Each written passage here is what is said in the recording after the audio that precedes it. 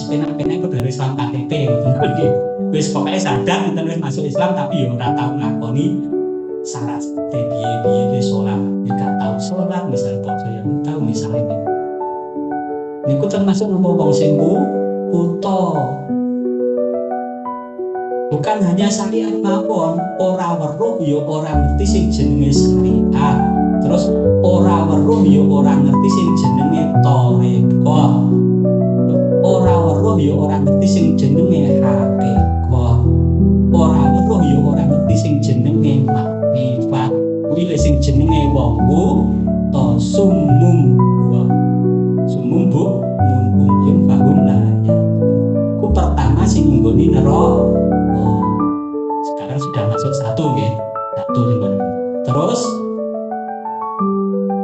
lan iya neraka iku uga den arani dadi wadahi jasate wong kang padha tuli lan uga dadi wadahi uripe wong-wong kang padha tuli. Dene kang den arani wong kang padha tuli iku wong-wong kang ora bisa ngrungokake dawuhe Gusti Allah lan dawuhe utusane Gusti Allah lan uga ora ngerti kang den arani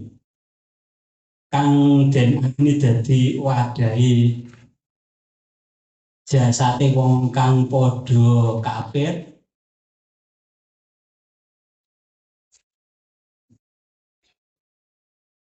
Wong kang padha kafir lan dadi wadahe uripe wong kang padha kafir. Dene kang den arani wong kang sing padha kafir iku wong kang sing kaling-kalingan marang sejatine Allah lan wong sing kaling-kalingan marang sejatine Muhammad lan wong sing kaling-kalingan marang sejatine zat lan wong sing kaling-kalingan marang sejatine sifat lan wong sing kaling-kalingan marang sejatine urip lan wong sing kaling-kalingan marang sejatine awake.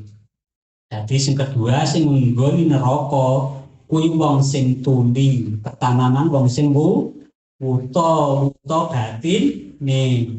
Iki tuli ya tuli batine. Senes ndonire. Engko budhek ngoten sampean iki jatah neraka ngoten. Ya sakjane nggih boten ngoten. Makanya sing dinilai niku Gusti Allah napa nih?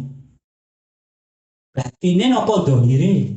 Jenengan ibadah niku batin to senes ndohir to.